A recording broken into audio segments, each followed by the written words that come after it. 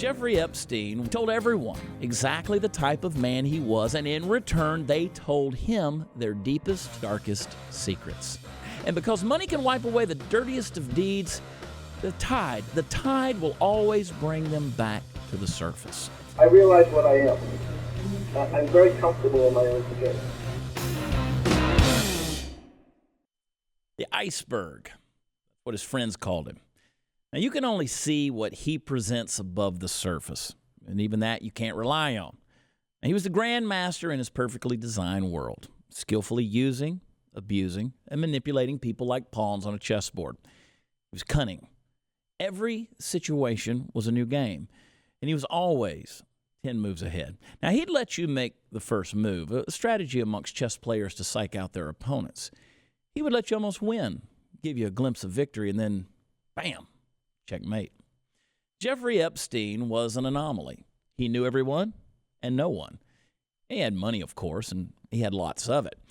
He came from nothing, rose through the ranks among the rough and tumble world of New York's elite, the true American dream, or at least that's what he told people.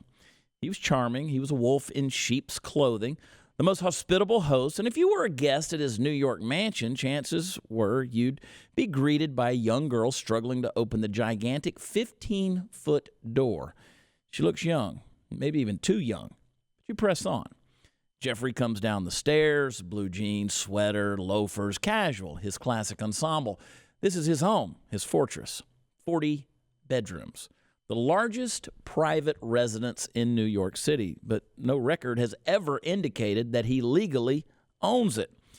Inside, you'd be led around by Jeffrey, and it's quite the tour. He's eager to show you his collection of the odd and strange, a meticulously pieced together world, carefully curated objects. Nothing is a coincidence, nothing is ironic. A hallway of prosthetic eyeballs made for soldiers of World War II, encased in individual glass boxes. Yeah, a large stuffed black poodle positioned on top of a grand piano. That's right, a stuffed dog. Or maybe something else catches your eye. Proudly displayed upon Jeffrey's desk, a copy of Marquis de Sade's The Misfortunes of Virtue. Published in 1791, the plot revolves around a young 12-year-old girl who has plans to build a life for herself in France. Her journey, however, is marred again and again by disturbing sexual encounters, including rape. The second floor is even more puzzling. Epstein loved chess, so much so that he had a large-scale chessboard commissioned with one slight variation. All the chess pieces were modeled after people he knew. His housekeeper, his gardener, and so on, all dressed in skimpy attire. Or maybe your eye is drawn to a significant piece of artwork, a full-length painting that greets you at the landing of the stairs. It's Epstein in the painting, in a prison jumpsuit, planked by a corrections officer, in a guardhouse. Behind him, barbed wire. He told a reporter once, "That's me, and I had this painting painted because there's always a possibility that that could be me again."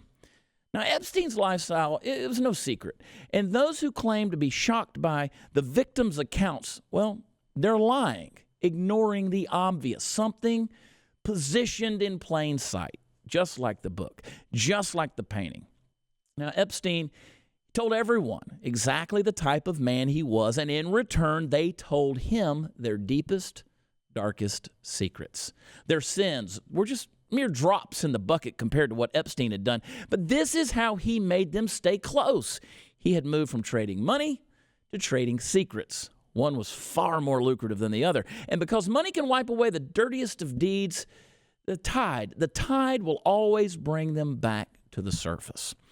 A modern-day Jay Gatsby, consumed by money, greed, youth, and immortality. His own origin story is still being pieced together, and like Gatsby, Epstein was also grasping for his own distant green light.